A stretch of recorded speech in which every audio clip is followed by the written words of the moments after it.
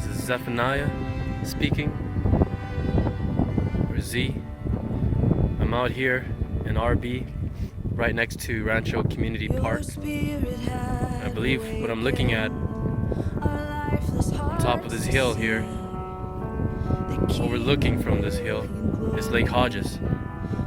And I'm tremendously blessed just to be here and to experience life, just to be able to experience the creative acts of God, how He created everything just by the power of His words, that with the command of His words things came into existence.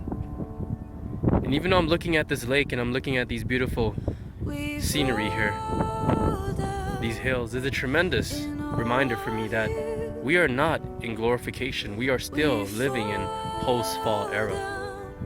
So I just can't imagine how much more spectacular and how much more beautiful heaven will be.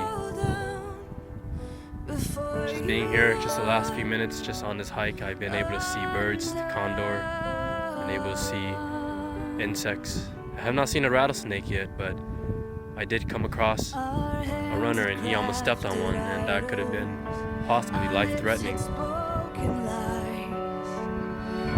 I'm not sure what the fatality rates are when you get bitten by a rattlesnake, but this is wildlife territory here. Giving you a little sample where I'm at. Beautiful place. I love coming here.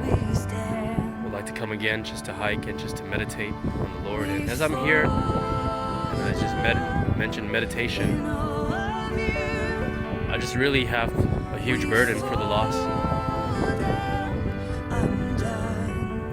I have a huge burden, for the lost. Even though I'm here in this area and it's beautiful, how it gives me some hope that God is creator and He created this, and He has something more amazing than this. But I know as beautiful as this place is, this is not what's going to bring redemption to man. He needs the gospel.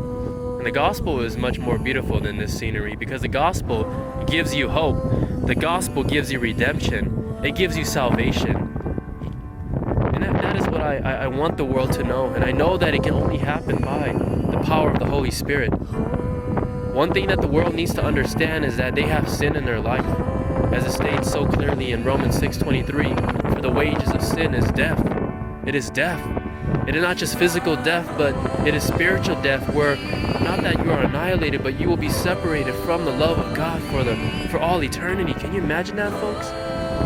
Knowing that people will be spending eternity in condemnation, consigned in hell for the rest of their life, not being able to taste and see the beauty of God.